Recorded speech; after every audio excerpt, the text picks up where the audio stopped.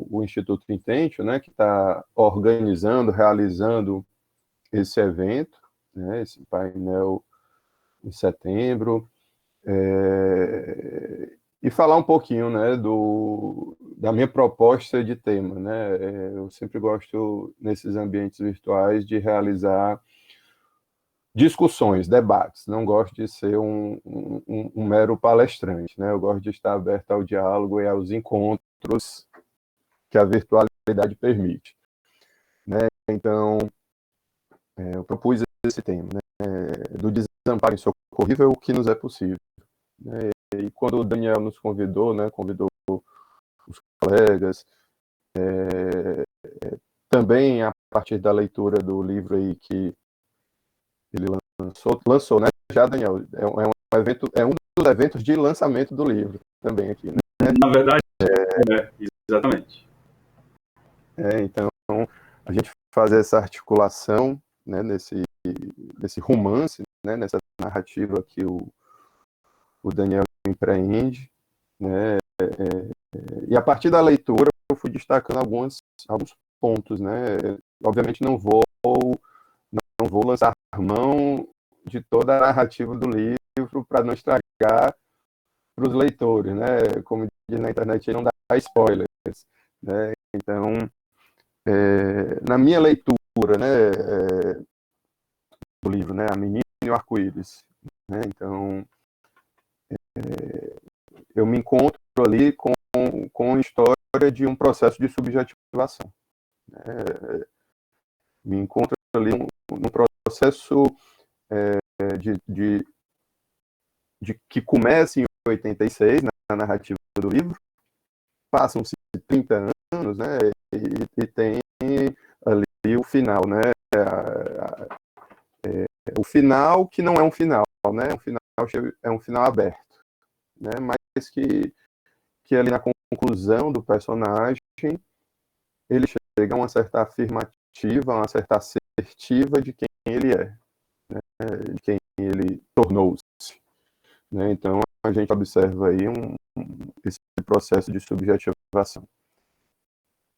E dentro de um processo de subjetivação, como a do personagem, né, do livro, e como que a gente pensa em termos psicanalíticos, né, que é a minha área de discussão, né, minha prática e a teoria, né, que eu estudo, né, o processo de subjetivação ele é marcado inicialmente por um certo desamparo.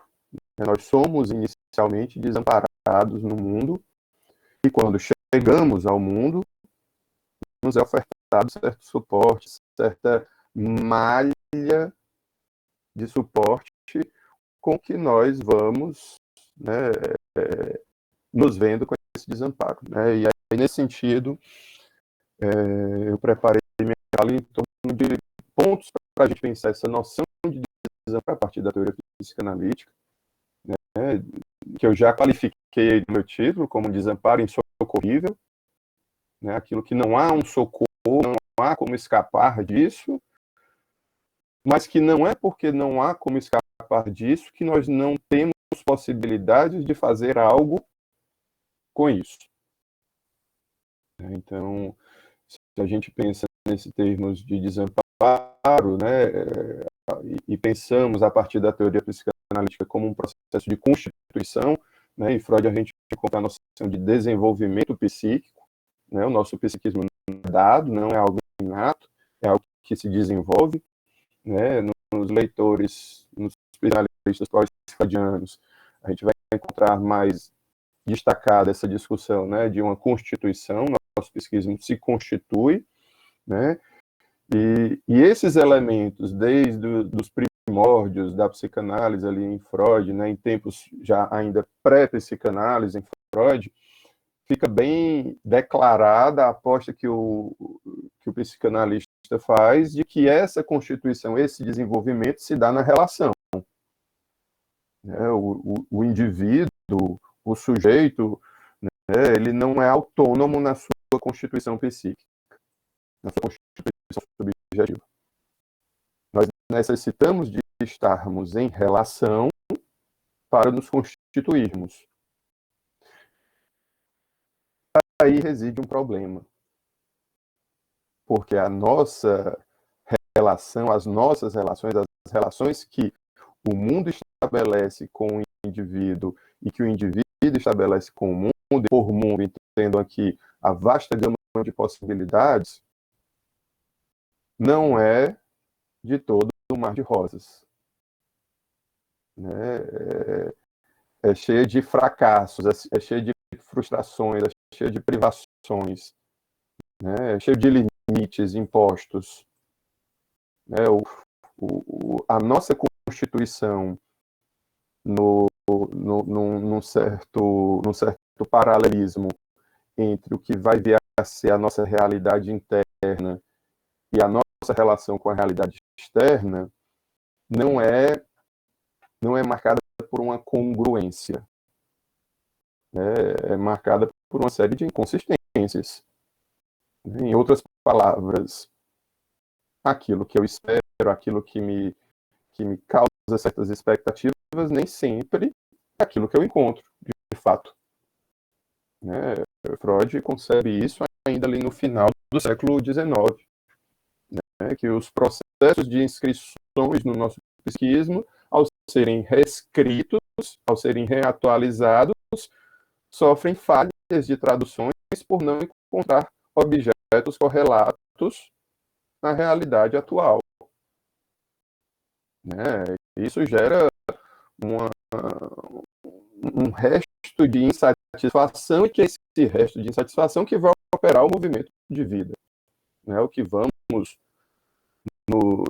nos coloca em movimento a procurar outras coisas alhures, né? Em outros lugares. Obviamente que esse seria um modelo ideal, né? De que esse movimento de busca, né? Nesse contínuo da vida, proporcionasse essas satisfações parciais e fôssemos caminhando assim. Né? Quando eu digo que isso constitui como um modelo ideal, é que há impasses nesse processo. Né? Impasses que, por exemplo, para Freud se reconhece certo modelo patológico.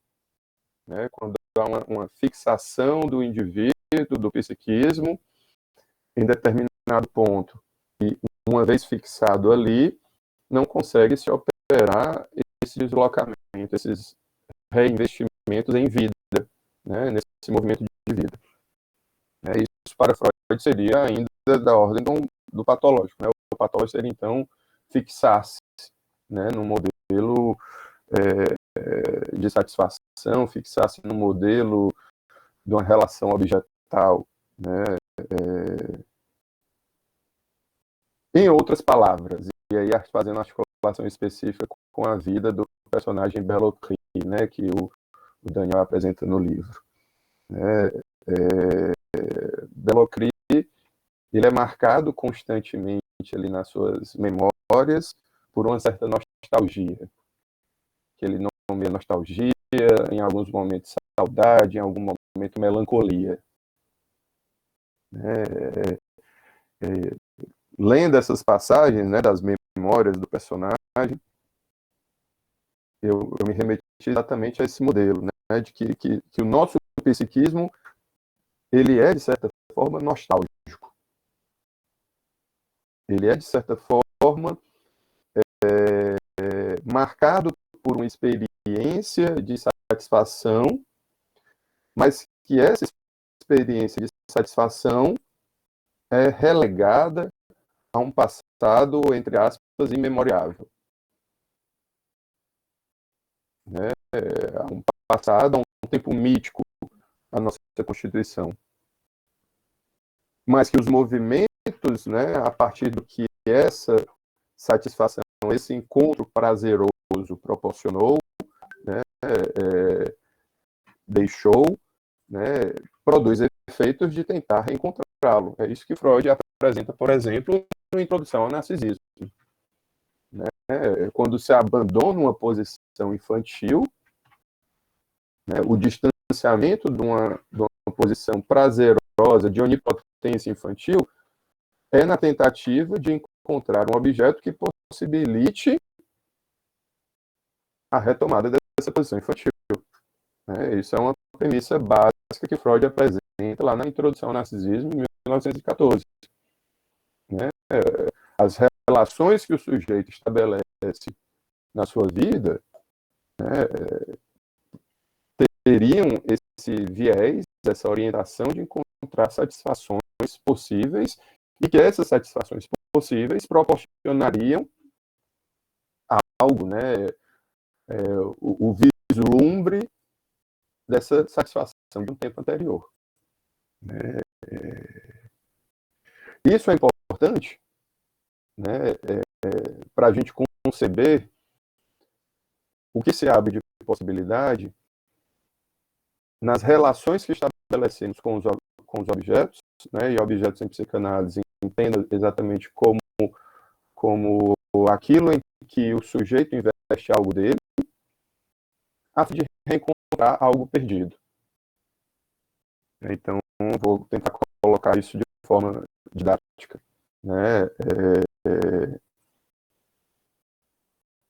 De que haveria, nesse momento mítico de constituição subjetiva, haveria de ter um ponto de acolhimento, de recepção no mundo, que proporcione sentimentos de segurança, que proporcione ali o protótipo da estima de si, do sentimento de si, e que isso, obviamente, vai dar possibilidade para o indivíduo, em constituição, ou para o infans, aquele que ainda não fala, de ter possibilidade de uma certa coesão egóica, de uma certa coesão de si. Mas que esse momento de acolhida, esse momento de recepção no mundo, ele é marcado, como eu disse, por elementos faltosos. Não é à toa que os diversos psicanalistas pós-Freud que se dedicam a estudar a infância, o desenvolvimento infantil, reconhecem aí a importância de uma função materna. A função materna, a função de uma mãe, e quando eu coloco uma mãe, eu abro um parênteses para dizer que essa mãe não necessariamente é a genitora, é a que pariu.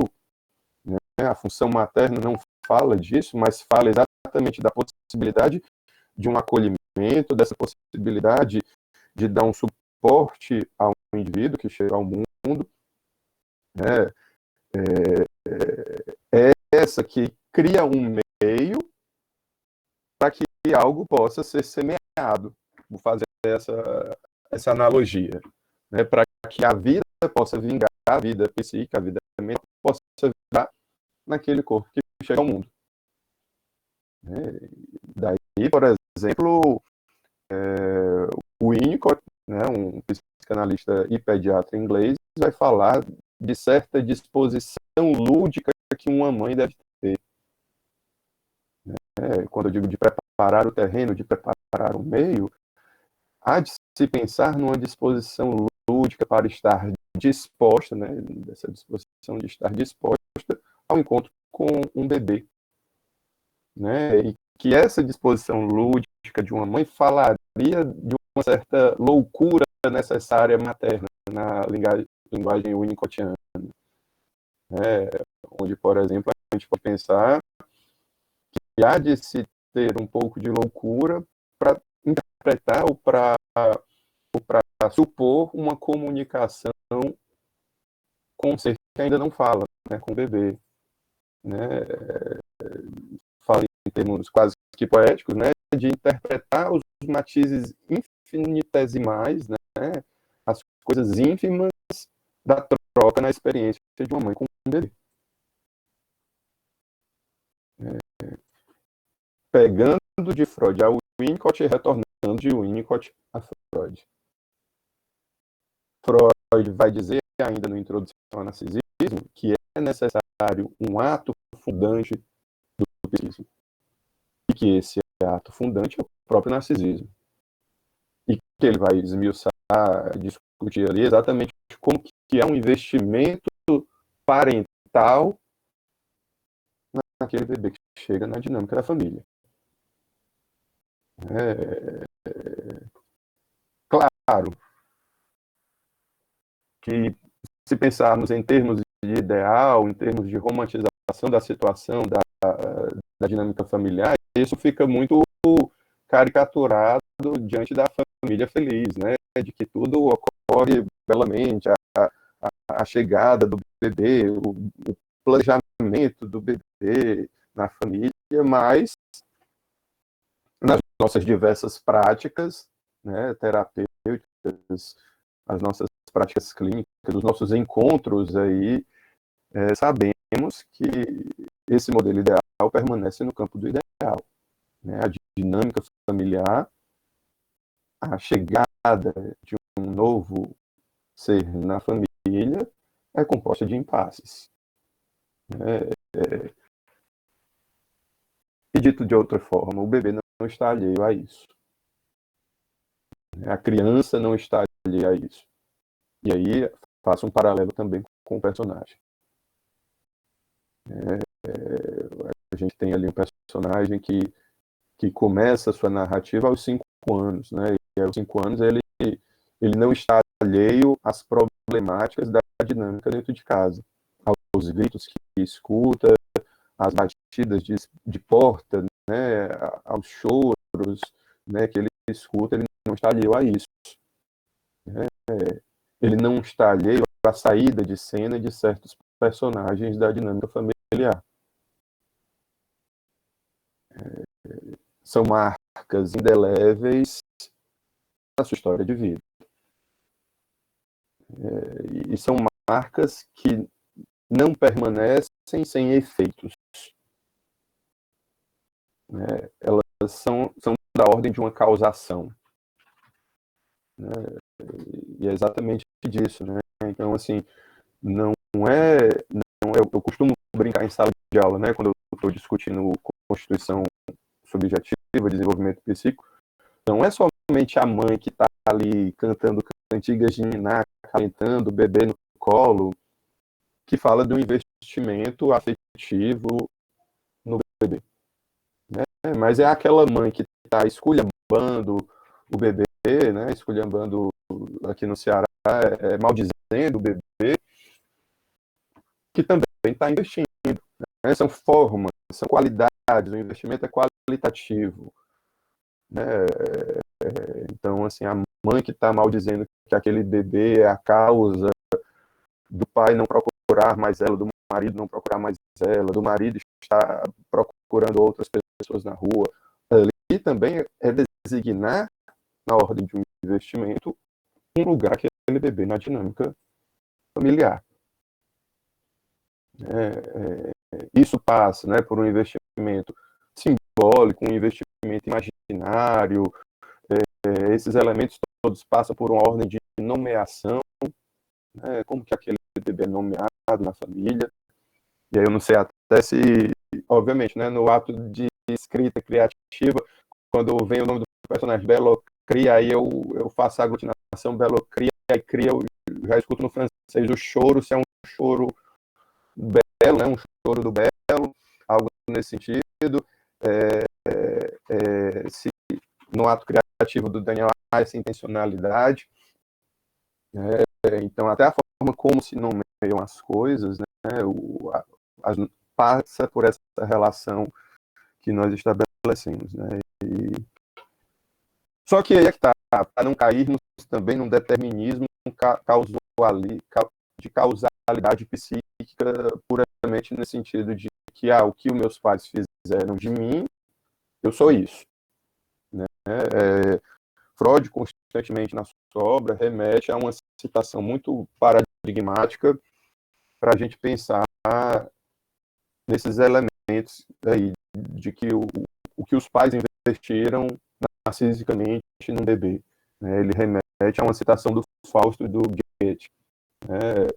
É uma citação que eu fui até aqui anotar, que é exatamente nesse sentido. Né? Ele pega do Fausto. Aquilo que herdaste dos teus pais, conquista-o para fazer teu. Né? Isso vai repercutir dentro da teoria psicanalítica, essa citação, né, do Fausto, né, vai repercutir dentro da teoria psicanalítica, dentro do pensamento metapsicológico, exatamente para não pensarmos que o infância é um polo passivo. A criança, o bebê, não é um polo passivo. Não é só aquele receptáculo de investimentos. Até porque esses investimentos, como eu estava dizendo anteriormente aqui, eles deixam lacunas. Eles são marcados por certas inconsistências. E é nessas inconsistências que o sujeito vai ter que criar, vai ter que construir algo para si.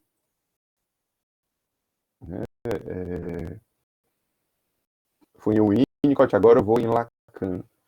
O Lacan atribui a outra característica da função materna, o dom. Algo que é transmitido a partir da função materna seria algo da ordem de um dom. Esse dom, que é algo que uma mãe transmite a um filho, né, passaria pelo binômio, que aí Lacan escreve como uma coisa só, ele bota só um hífen, ele não separa, presença, ausência. Autores mais contemporâneos que trabalham com desenvolvimento afetivo, intelectual da criança, vão colocar, por exemplo, que aquilo que a psicanálise sempre tentou nomear, né? Sempre tentou não, a partir desses estudos de desenvolvimento infantil nomeou-se ainda assim como simbiose mãe-bebê, a dia de mãe-bebê, ela é marcada por uma tríade, né? Porque uma mãe, ela não realiza uma relação imediata com o bebê. A relação afetiva que uma mãe estabelece com o bebê, ela é mediatizada pela linguagem. Né? Se já há um terceiro linguajeiro, a gente poderia conceber, por exemplo, quando pensa que, num livro que eu estou lendo recentemente, do Corpo ao Pensamento, do Bernard Goes, exatamente, a díade já é uma tríade. Né? E é nessa que a presença materna já porta uma ausência. Porque por mais que uma mãe se esforce na sua disposição lúdica, na sua loucura necessária, ainda há algo que deixa a desejar. Ainda há algo que resta nos dois polos, no bebê, na mãe, na criança, na mãe, ainda resta um ponto de interrogação. Né? O que este espera de mim, o que este quer de mim. Esse seria, brincando aqui, né, com vocês, esse seria o X da questão, né, o enigma de toda uma vida. Né, o que o outro quer de mim? O que o outro espera de mim? Né? E isso nos remete exatamente a que respostas satisfatórias eu posso elaborar para essa questão. Satisfatórias para o outro e satisfatórias para mim. Né? Pegando em termos do nosso cotidiano, né, uma breve vinheta clínica, né, a pessoa que quer terminar o relacionamento, ensaia formas de terminar o relacionamento, termina, né, no outro dia está lá na sessão, no consultório, e assim, eu terminei, eu falei isso, mas ainda estou entalada com palavras aqui, porque eu não disse tudo que eu queria dizer. Né? Então, assim, de certa forma, a resolução do término do relacionamento teve êxito, mas algo do que restou a ser dito não encontrou ali êxito. Né? E, claro, é isso que vai movimentar a tragédia pessoal de cada um, né? A tragédia individual. Então, eu retomei essa questão da herança, né? Da herança psíquica, né, a partir de Fausto, porque o personagem que a gente tem aí também no livro do Daniel, ele é marcado por uma herança.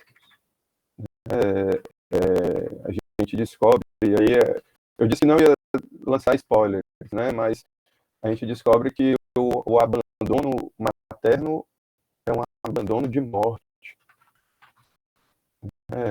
Essa mãe sai de cena da vida, né? E no psiquismo infantil do personagem de 5 anos, criança, e de desenvolvimento até a fase adulta, ele é marcado por isso, né?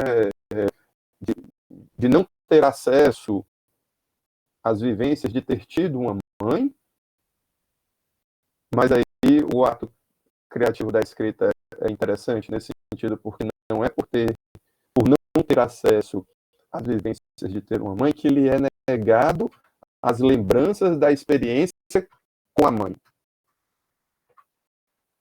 Daí que o personagem se coloca como um herdeiro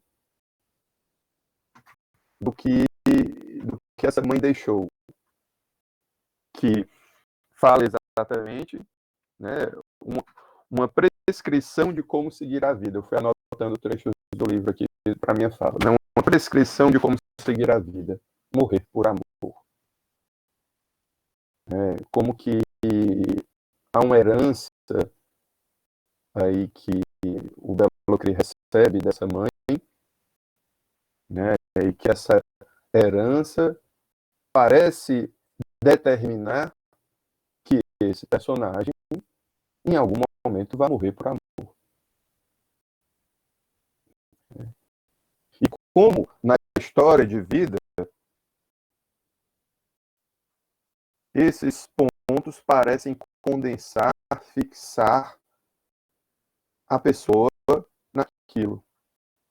Eu sou isso. Eu sou, né? Aí, pegando essa situação do personagem que é o que vai morrer por amor, por essa herança que ele recebeu dessa mãe morta, né? Ou de como até na escrita do Daniel ele escreve assim, um fantasmãe, né?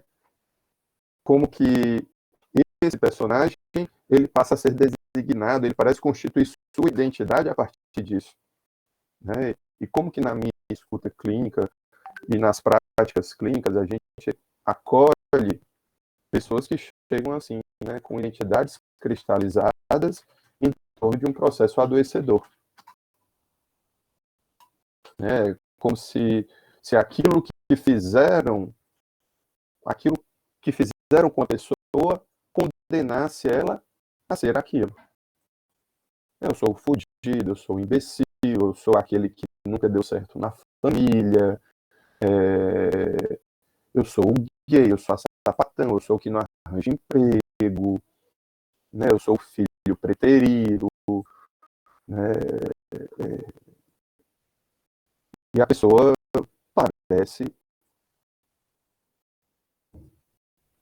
congelada nessa ordem, né? Quando eu falo de identidade cristalizada, ela parece estar congelada, engessada, e que a partir disso dificultam certos deslocamentos, certos movimentos de outros aspectos da vida.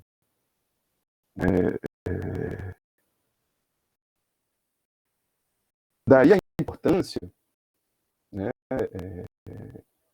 de retomar essa citação, né, de Fausto, que é muito bem-vinda a partir de Freud. Aquilo que herdaste dos teus pais, conquista-o para fazer teu. Né? E eu vou sublinhar essa parte aí, conquista-o para fazer teu. Graças a esse movimento do nosso psiquismo de estabelecer relações com os objetos, com suas representações, nós podemos, de alguma forma, conquistar e reconquistar elementos para modificar a nossa relação com eles.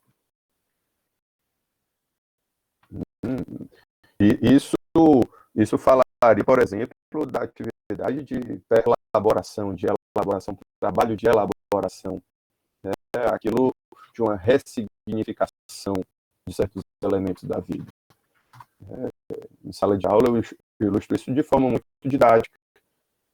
Então, assim, você tem 15 anos, vai ao Museu do Louvre e vê a Mona Lisa, você 15 anos está nem aí para a porra de Mona Lisa. Porra, é um quadro 3x4, cheio de gente lá, qual o mistério? O pessoal passa 3 horas na fila para ver um quadro que é desse tamanho. 15 anos, né? Aí você, 40 anos depois, numa segunda viagem à Europa, Lula voltando aí ao poder, vai ter essa possibilidade de você retornar à Europa, né?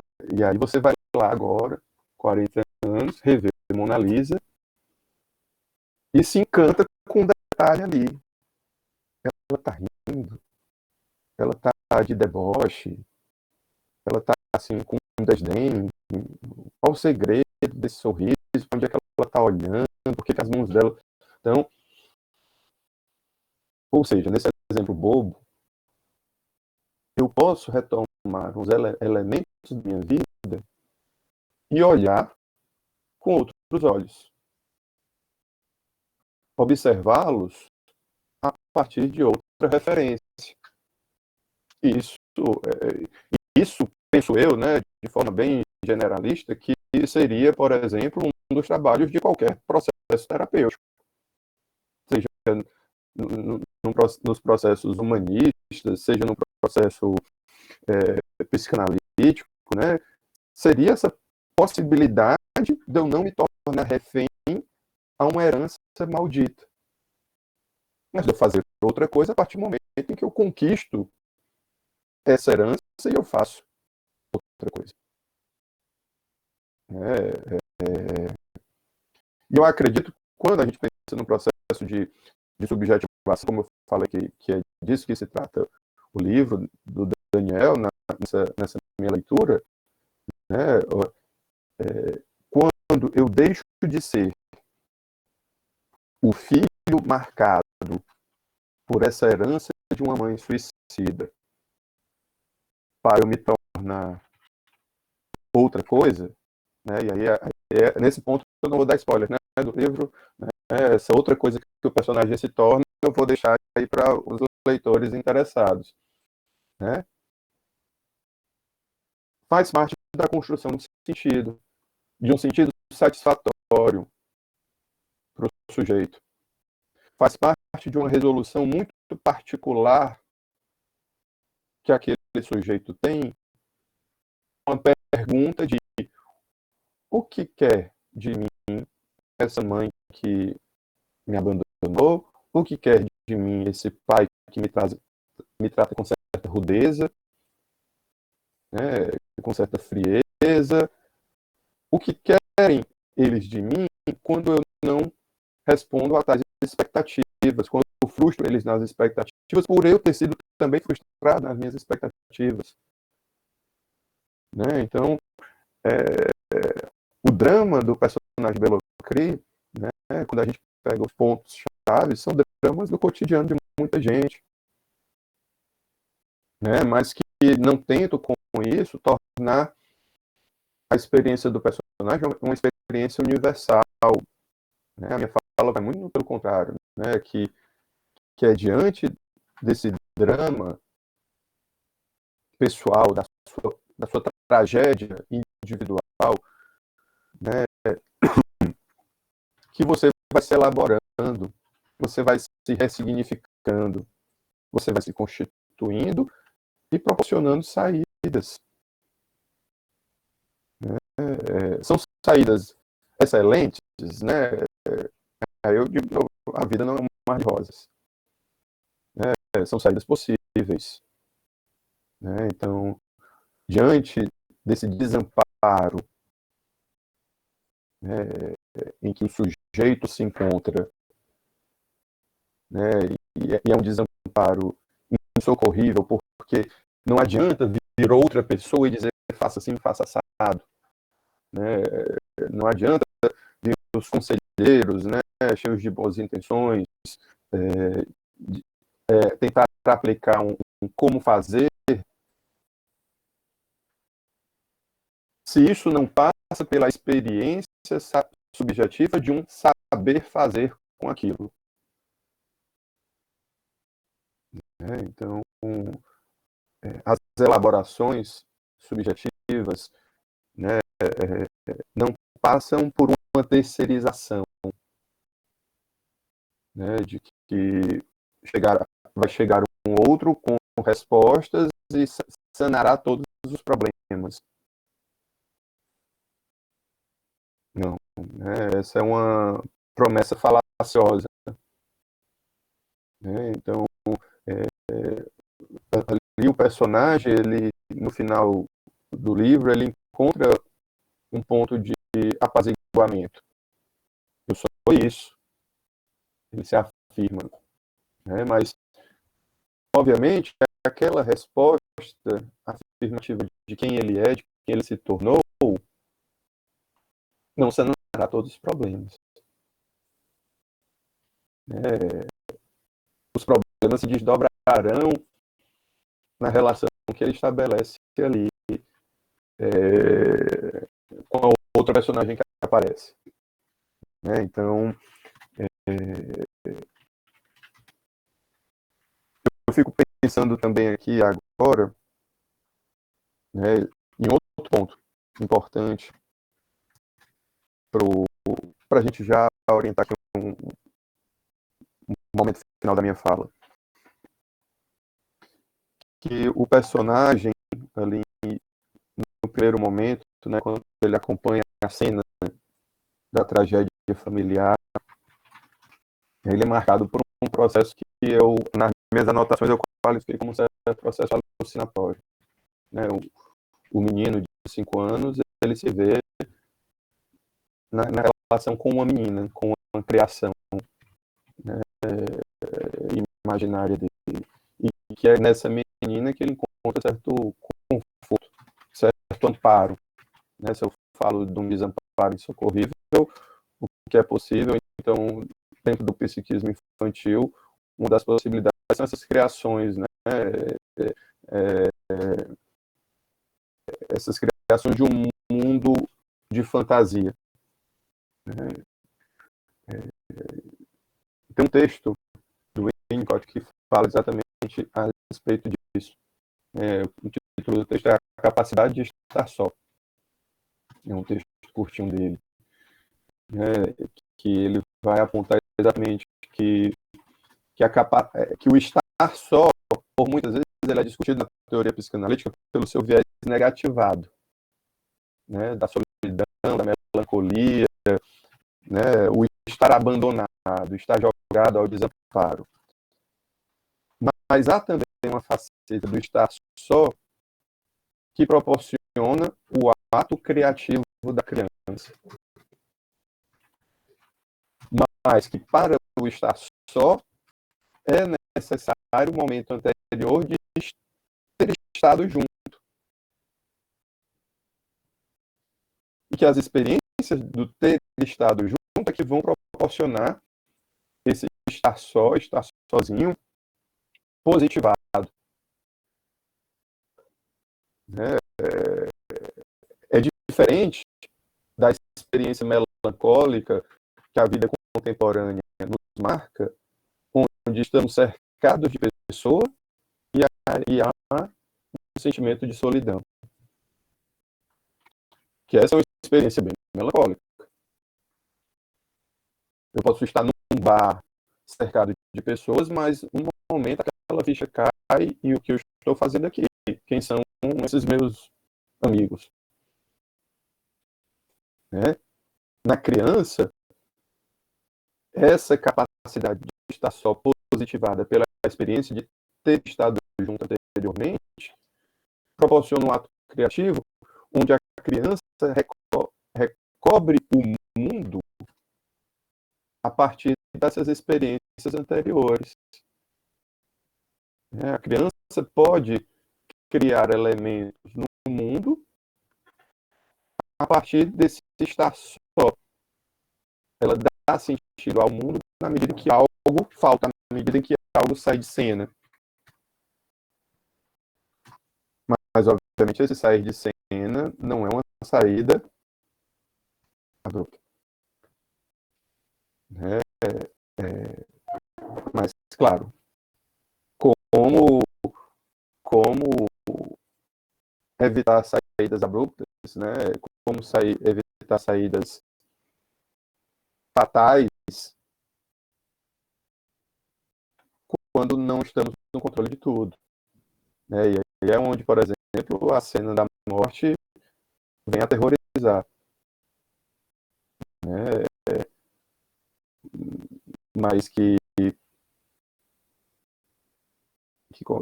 aí eu tô lembrando aqui também de outra vinheta clínica, né?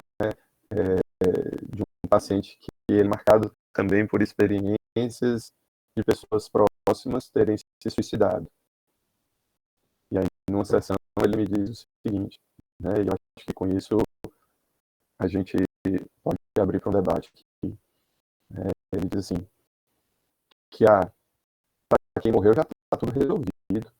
O trabalho difícil fica para quem continuou aqui. Então, assim, do desamparo insocorrível, o que nos é possível, né? O que se abre de possibilidade? Um trabalho dificílimo de permanecer com os nossos mortos, com os nossos fantasmas, né? E o que nós fazemos com isso. Então, acho que agora a gente pode abrir um pouco o debate, né? Isso mesmo, professor Ricardo. Acho muito boa a sua fala. Eu vou, então, abrir aqui o espaço para as pessoas que estão aqui no painel, as pessoas também que estão nos acompanhando pelo Instagram. A gente está transmitindo ao vivo aqui pelo Instagram. Então, você que tem alguma pergunta, quer fazer alguma colocação, a Thaís Ruda, aqui no Instagram, comenta assim, cara, o que tem sido falado bastante entre solidão e solitude, acredito que fazendo referência a essa sua fala sobre estar só. A Vitória levantou a mão. Vitória Saldanha, você quer falar? Você prefere enviar aqui a pergunta? Eu posso falar, professor, sem problema. Pois não, Vitória. Bem-vinda. É o seguinte, em relação às nossas primeiras inscrições, os primeiros significantes que são inscritos em nós, quando ainda somos pedaços de carne, vamos dizer assim,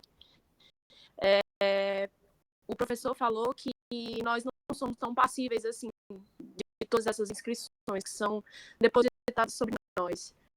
Mas eu queria saber em relação a um ponto referente à alienação parental, vamos dizer assim. Como na clínica nós podemos lidar com esse tipo de inscrição que, de certa forma, demonstra uma certa passividade do paciente. Eu queria saber como é isso na prática. Muito obrigada, gente, pela palestra, foi muito bom. Tá? Só queria agradecer, viu? Muito obrigada. Obrigado, Vitória. Ricardo, queres ir comentando ou prefere ir ao final desse bloco de perguntas? Fique à vontade.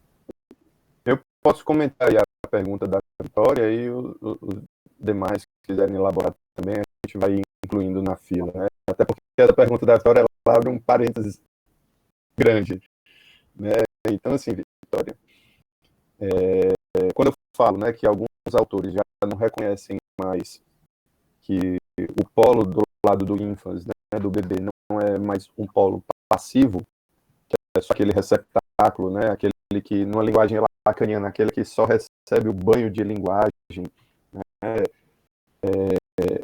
que já se reconhece, por exemplo, em alguns impasses constitutivos, né, alguns psicanalistas trazem isso, um papel de uma recusa ativa, né, de que o ínfans ele parece recusar ativamente certos elementos da linguagem, né? Claro que isso também não é sem efeitos, né? Então, quando eu digo que o processo de constituição não é um mar de rosas, aquele que nasce vai ser assujeitado, alienado, passa continuamente pelo processo de separação e vê um sujeito marcado pela falta, né? Um sujeito inconsciente. Claro, isso em termos didáticos fica bem compassado, né? Fica bem em etapa, mas a coisa não é tão organizada em etapas didáticas assim, na atividade prática, né? Então, assim, alguns psicanalistas contemporâneos, eles estão trabalhando com a clínica com bebês, né? A clínica da primeira infância, né? E eles partem de uma posição ética, por exemplo, de que, em algumas vezes, eles têm que assumir a posição desse grande outro, né, primordial. Em alguns momentos, os analistas têm que fazer vezes de função materna, né? Isso não chega a ser novidade, porque, por exemplo, em 1933, Ferenczi já apontava isso, que em alguns pacientes psicóticos, operar somente por uma via simbólica seria desastroso. Haveria do psicanalista se colocar numa posição empática e acolhedora para fazer amparar certa regressão infantil que esses pacientes psicóticos empreendiam, né? Operar, falando em termos lacanianos, operar com certos significantes infantis trazidos por esses pacientes. Isso Ferenczi, em 1933. Né? O Winnicott, nas suas operações, né, do brincar com a criança, ele assumia certas funções de maternagem, quando, por exemplo, no jogo da espátula, ele oferta objetos para a criança estabelecer contato com o mundo. Né? Então, um ponto em comum que os psicanalistas reconhecem, os psicanalistas que trabalham com a primeira infância, reconhecem de importância, por exemplo, como que a figura do analista empresta-se corporeamente e empresta-se na capacidade de simbolizar o mundo para o outro, né? De emprestar significantes, né? De ser um corpo possível de ser destruído para ser reconstruído, né? De ser um corpo possível de ser mordido pela criança, né? E a criança ali expressa a sua agressividade, da criança pegar a mão do analista e levar até tal canto, do analista emprestar sentido, emprestar significantes, né? Quando uma breve vinheta, né? Quando a criança está dedilhando a cortina, uma criança com hipótese autística está dedilhando a persiana da cortina, e o analista vai dedilhar lá do lado a persiana também, só que na medida em que vai dedilhando, o analista vai emprestando sons, né, como se fosse tocando um violão. Pam, pam, pam, pam, pam.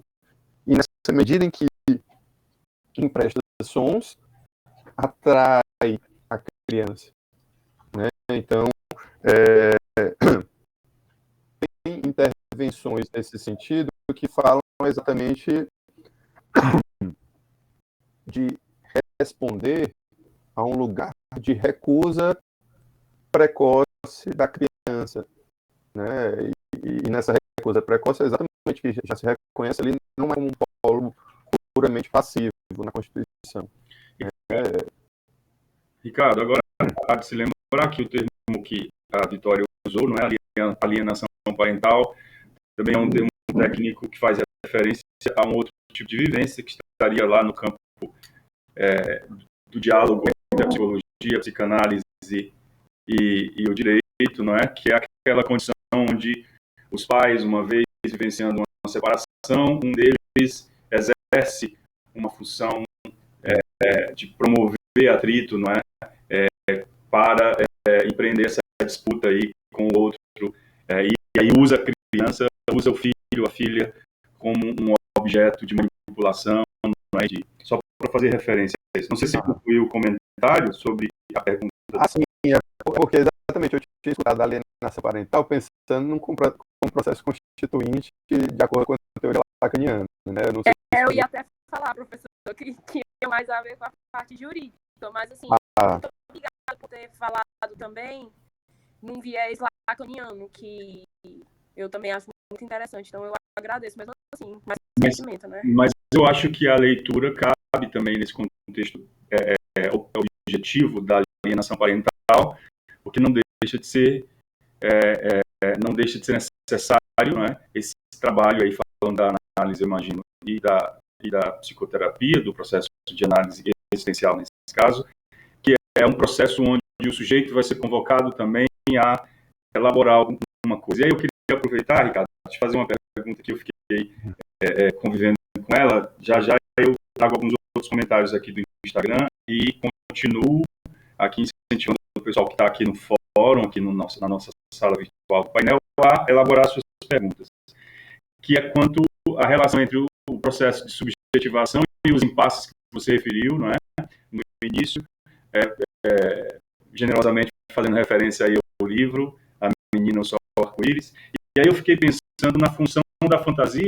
Não sei se você pode fazer algum comentário nesse sentido, já que parece que na vida do Bellocri a fantasia exerceu uma função muito, muito potente, né, de fazê-lo produzir alguma coisa, no sentido de produzir, inclusive, o seu próprio lugar de sujeito, de se produzir enquanto sujeito, né? Então, eu só queria que você fizesse algum comentário nesse sentido, entre uma vez acontecendo esse processo de subjetivação e esbarrando nesses impasses naturais, como é que a gente pode pensar a função da fantasia, né, nesse contexto? Sim. Aí é também outro mundo, né? É uma resposta assim que a gente entra em outro mundo. Então, assim, a gente pensar em termos de fantasia na teoria psicanalítica, a gente pensa a fantasia não só como um aspecto fantasioso e nem só como um aspecto patológico pela via delirante, né? Mas a gente pode pensar a fantasia como uma autoficção, né? Como que eu me narro para a minha vida. Então, isso passa, obviamente, por processos conscientes, mas por processos inconscientes, né? Tem esse determinismo aí, né? Essa causação aí, né? Então, a fantasia, ela vem de alguma forma recobrir, né, a experiência de uma realidade dolorosa, pegando pelo personagem, né? A fantasia, ela vem recobrir uma experiência dolorosa, uma experiência que, dentro de um psiquismo infantil, ainda não encontra representação, né? E a representação possível é a personagem da menina, é a personagem da menina, a representação possível para uma criança de 5 anos é a personagem da menina, né? E que favorece, em alguns pontos, né, o suporte, a partir da fantasia, o suporte para um contato com a realidade externa, né? Isso a gente observa, quem trabalha com crianças, por exemplo, a gente observa muito na clínica infantil, como que a criança, na sua disposição de brincar, o brincar dela dá conta de uma realidade vivenciada, né? De uma realidade compartilhada, para não falar da realidade externa como o mundo concreto em si, mas da realidade compartilhada.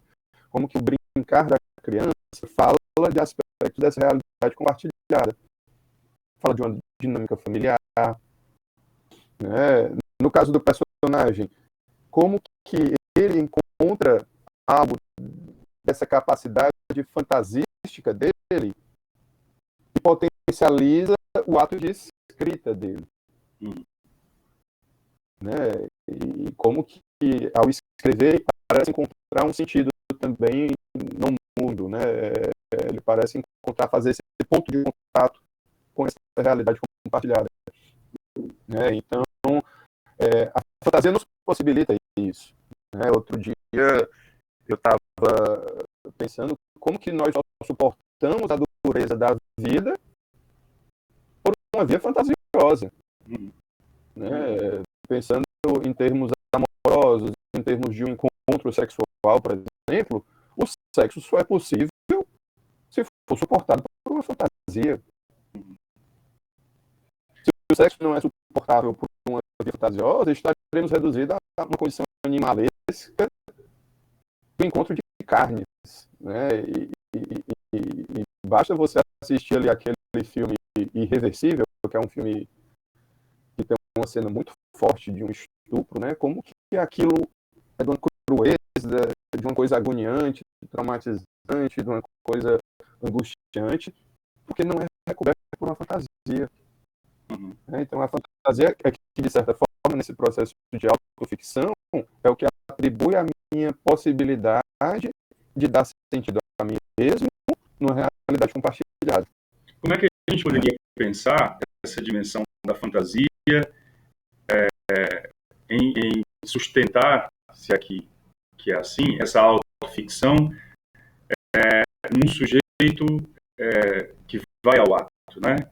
O que acontece, o que a gente poderia dizer no campo da melancolia, quando o sujeito transita no campo da melancolia, que ao invés de sustentar essa agrúria que é viver, ele recorre ao ato suicida, né? Enquanto você pensa nisso, eu queria só fazer um comentário aqui da Thaís, trazer um comentário da Thaís, que ela faz referência ao Winnicott. Ela diz: o Winnicott fala que o holding ou o hunting são também do analista. Aí depois completa como seria na função materna. Ela não botou interrogação, mas eu imagino que é uma pergunta. Sustentar, manejar, e ainda faz referência ao Nietzsche. Nietzsche falou sobre isso também. Bom, a Thaís trouxe muita coisa aqui. E eu também fiz muitas anotações aqui, várias perguntas, eu vou me abster de fazer todas elas a você, obrigado. Alguma coisa? Eu vou abordar essa da passagem ao ato, do suicida melancólico, né? Então, eu estou lembrando que recentemente um psicanalista argentino radicado em Barcelona, né, na Espanha, ele escreveu uma carta de despedida, né, e essa carta está aí na coluna, né, no portal próprio de discussão de psicanálise, rodou o mundo, né, a carta que ele deixou. É uma carta de despedida, porque de alguma forma ele foi possível ter acesso a um suicídio assistido, né? Temos recentemente também, essa semana, foi semana passada, o suicídio assistido do Jean-Luc Godard, né, cineasta, né?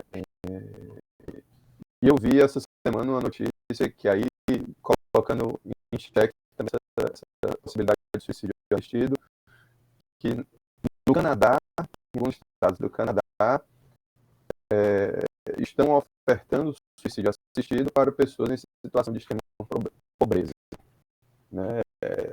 E aí há uma crítica político-social aí, na forma como a concepção do suicídio assistido pode ser promovida, né? Então, quando eu lembrei dessa carta do Nestor Brownstein, né, que é esse primeiro que eu falei,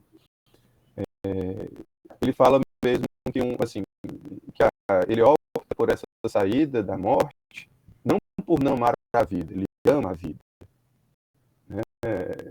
Ele ama a vida, mas exatamente porque algo do seu corpo parece não dar conta mais da vida que ele opta, né? Eu estou resumindo bastante, a carta é uma carta bem sensível, né? Depois eu posso compartilhar com o Daniel, se quiser pegar trechos aí. É uma carta bem sensível nesse sentido, né? Então, em psicanálise, a gente pode pensar que o melancólico ele padece por amar demais. É uma identificação demasiadamente amorosa, né? Ele não consegue produzir um certo distanciamento do seu objeto de amor. O seu objeto de amor está colado em si. Né? Que quando esse objeto de amor cai, ele vai junto. Né? E aí temos a passagem ao ato. Né? Temos as autodepreciações. Né? Daí é importante a gente, clinicamente, na nossa escuta clínica, não vilipendiar, né? Não banalizar quando a gente escuta algo da ordem de uma ideação suicida. Porque pode estar algo se anunciando ali dessa queda, dessa saída de cena. Né? Claro, isso poderia abrir uma perspectiva para uma prevenção do ato suicida. Eu também tenho minhas certas ressalvas aí sobre a prevenção. Em termos de certas políticas e propagandas públicas, é bem desastrosa as tentativas de prevenção ao suicídio. Né? Aqui em Fortaleza, especificamente, eu já me deparei com campanhas horríveis, né? Mostrando o pôr do sol na beira-mar e perguntando para a pessoa se ela já parou para observar a beleza da vida. Né? Então, assim, a pessoa com ideação suicida, ela sabe que a vida é bela. Sim, sim. Né? A dificuldade passa é exatamente saber que a vida é bela, por que eu sofro. Parece que essas campanhas e algumas dessas ações impõem um sofrimento a mais, não é? Parece uma narrativa e um discurso que trazem um estresse a mais para as pessoas que estão vivendo esse grande desafio, né, Ricardo? Exatamente, né? E eu acho que né, estar atento a isso na escuta clínica, né, na escuta sensível, na escuta empática, compreensiva dentro do ambiente clínico, né, requer sair desse lugar normativo, né, de que a vida é bela, estar aí acessível à beleza, e se atente a isso, né? Eu acho que requer certa saída dessa posição. Né? Eu acho que da passagem ao ato, se não for um ato, vou dizer assim, bem entre aspas, e fazendo crítica ao próprio termo que eu vou usar, se não é um ato bem sucedido, esse bem sucedido é o que eu estou me criticando por utilizar, né? Se não é um ato bem sucedido de findar algo, a gente vai ter resto. O sujeito que fracassa nesse ato. E aí é exatamente o esforço de subjetivar esse ato. Porque a passagem ao ato é exatamente como eu estou colocando nessa queda do sujeito de cena junto com o objeto amado. Mas se é um resto, como subjetivar isso? Como que um processo de subjetivação pode trazer à tona esse sujeito novamente? E na medida, assim, como é que você se sente sobre o que você fez, ou como é que você está agora, pós-feito, pós essa tentativa, para que ele possa construir uma narrativa, uma autoficção, para si. Né? E que, na medida em que ele constrói essa narrativa, ele autoficciona essa experiência, ele está incluindo, pegando lá na discussão que eu estava falando, ele está incluindo um terceiro, a linguagem. E a linguagem ela pode trazer esse distanciamento do objeto perdido. A linguagem vai poder suportar, né, essa experiência. Né? Eu lembrei aqui agora de um poema que eu até estou utilizando em algum momento lá da minha tese. Né? É um poema que eu vi de uma poetisa, Flávia Andrade. Ela fala exatamente isso. O amor é o único afeto que nos torna capazes de criar e suportar todos os silêncios. Né? Então, como que esse amor, como processo resultante e fundante da nossa fantasia de si, dessa fantasia da nossa realidade psíquica, nos torna capazes de suportar certas coisas em vida, né, na vida. Ok. Não sei se eu confundi mais. Não, eu acho que você esclarece muito. Inclusive, produz muita coisa. Alguém já está... Vai repetir aí o poema. Flávia Andrade, é isso, cara? Flávia Andrade é o nome da poetisa, né? O trecho é exatamente assim. O amor é o único afeto que nos torna capazes de criar e suportar todos os silêncios. Ok. Olha aí, Vitória, a dica, tá bom? Leiam, então, poesia, que isso é muito importante, inclusive, para sustentar a escuta clínica. Bom, não sei se o Ricardo sustenta ainda mais algumas perguntas, eu tenho algumas várias aqui, mas enquanto ele decide, a gente está falando, pessoal, desse livro aqui, não vai dar para captar, será, gente? Acho que não. Não, o fundo virtual está... Deixa eu tirar o fundo virtual, que aí eu acho que só um minuto, que aí eu acho que dá certo para captar. Esse livro, que é o romance que está sendo aí... Onde é que eu tive esse fundo virtual?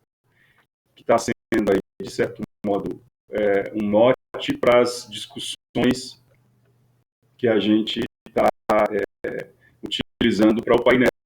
Então está aqui, ó, A Menina, o Sol e o Arco-Íris é um romance que conta as soluções de um menino de 5 anos para o enfrentamento da angústia face à experiência de suicídio da mãe, o roubo repentino da sua infância. Junto dele, uma amiga imaginária, a menina, em quem Bellocri descobre as alegrias e os dissabores do encontro com o outro. Ele vivencia um mundo de fantasia produzido com certa violência e intensidade.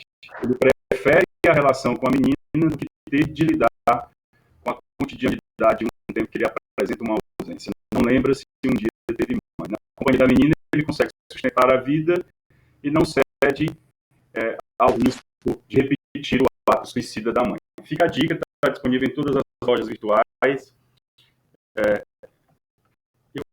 Teve essa intencionalidade no nome do personagem, Bellocri? Pois é, você sabe que não. Você sabe que algumas coisas... Eu achei que eu havia tirado do fundo, mas não. Só apareceu para mim aqui. Você sabe que algumas coisas na escrita, pelo menos assim, na minha, eu imagino que em grande parte da escrita das pessoas, essa coisa do intuitivo, né? Do ir deixando o Cézanne, um artista francês, que dizia, ele era, nesse caso, pintor, e ele dizia que a pintura quase que saía por entre os dedos, né? A tinta sai por entre os dedos. Eu acredito um pouco, pelo menos na minha vivência de escrita, um pouco assim também, né? O texto, ele vai quase que saindo, escapulindo, digamos assim. É quase como se fosse um processo parecido com o que se dá também na análise e na terapia, né? Você vai ali, as palavras vão surgindo e algumas coisas você só se dá conta depois. E o nome do Bellocri foi um pouco isso, assim. Eu só me dei conta depois. Tinha algumas intenções iniciais, mas já não sei se fazem algum sentido.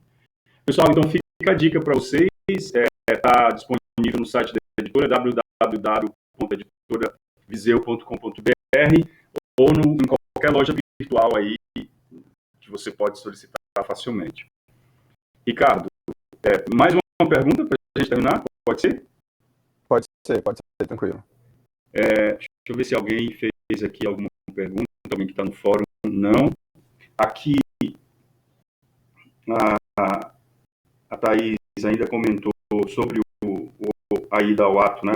Sobre o amor ao qual o melancólico sucumbe, não é? Por se acoplar no seu objeto. Ela fez uma referência que é como se o melancólico amasse tanto ao ponto de saber que não está vivendo. Eu diria que amasse tanto ao ponto de não sustentar a vida como sendo essas ausências, né? Não sei o que o Ricardo diria disso, mas enquanto ele pensa, só para fechar aqui a última pergunta, Ricardo, você falou em algum momento sobre esse momento mítico da constituição subjetiva, não é? O psiquismo enquanto uma dimensão também nostálgica, e aí eu fiquei pensando se a gente pode fazer alguma articulação no contexto da narrativa, da história do Bellocris, sobre, nesse caso, bom, você falou que a função mãe, de certo modo, ocupa um lugar, não é? Nesse momento mítico de constituição psíquica. Daí eu fiquei pensando como é que a gente poderia articular alguma compreensão desse processo de constituição diante dessa cena onde essa mãe ou essa pessoa, no caso, que exerceu essa função materna, sai de cena por essa forma tão traumática. O que seria possível da gente elaborar? Quais seriam as implicações para esse sujeito sobrevivente, que no caso é a criança, ao ter que lidar com essa saída de cena tão violenta pelo ato suicida?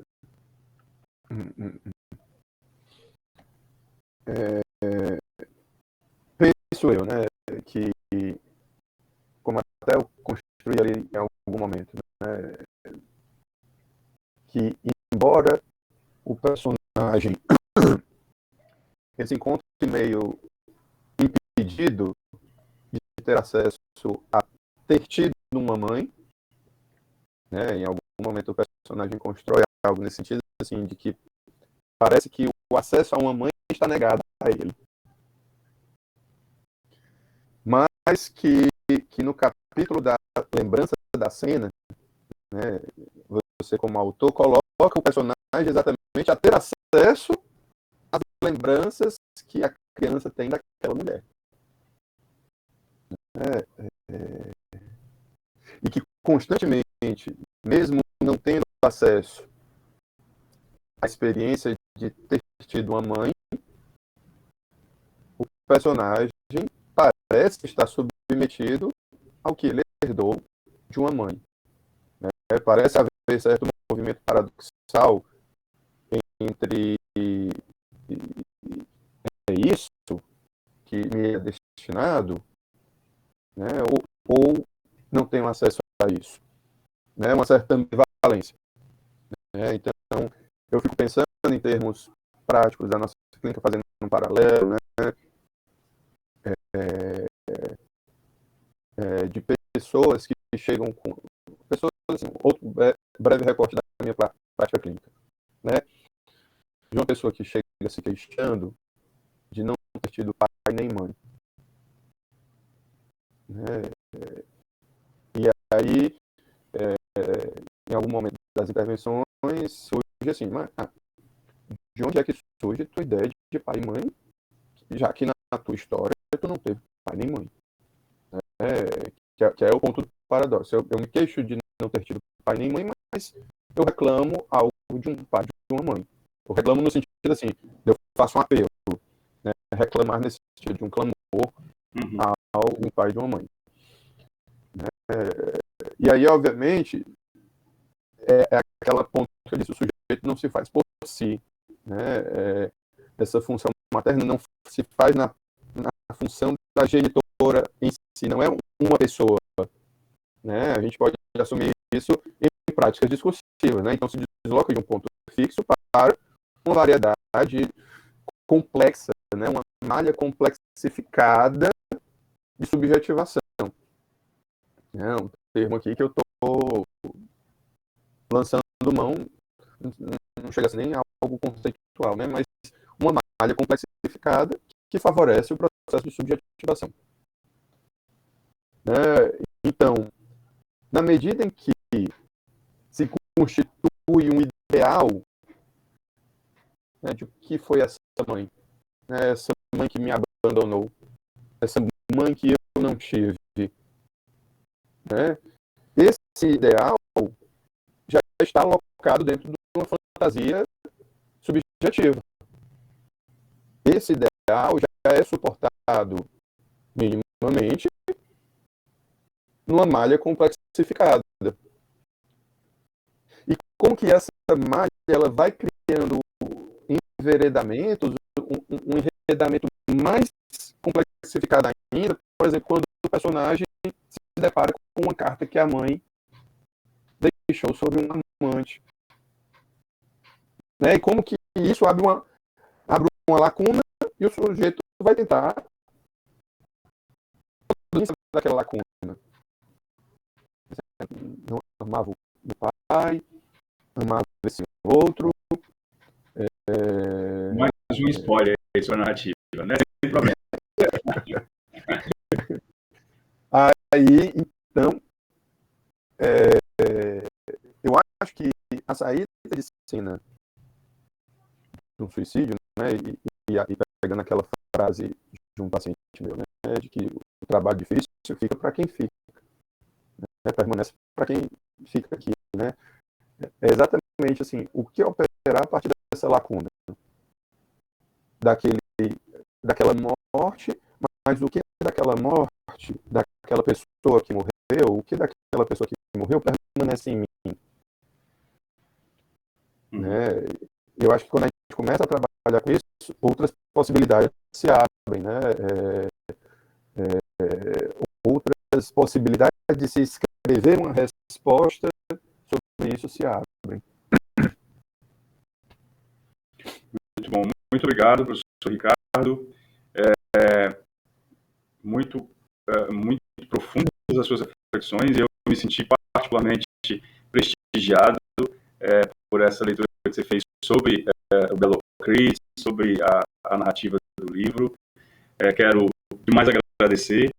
Bom, informa ao pessoal que o vídeo vai estar disponível no feed do perfil do Instituto Intente no Instagram. A gente, infelizmente, teve um problema com o áudio da professora Ingrid, então a gente vai ter uma modificação na nossa programação. Ao invés de a gente voltar às 15, a gente vai voltar às 13, a gente vai encerrar agora e nós vamos voltar às 13 com a fala da professora Ingrid. Eu peço a compreensão de vocês, mas a tecnologia às vezes nos apresenta esses desafios. Mais uma vez quero agradecer ao professor Ricardo. O professor Ricardo é psicanalista, atua na clínica. Fica aí o convite para que vocês também acompanhem o trabalho dele.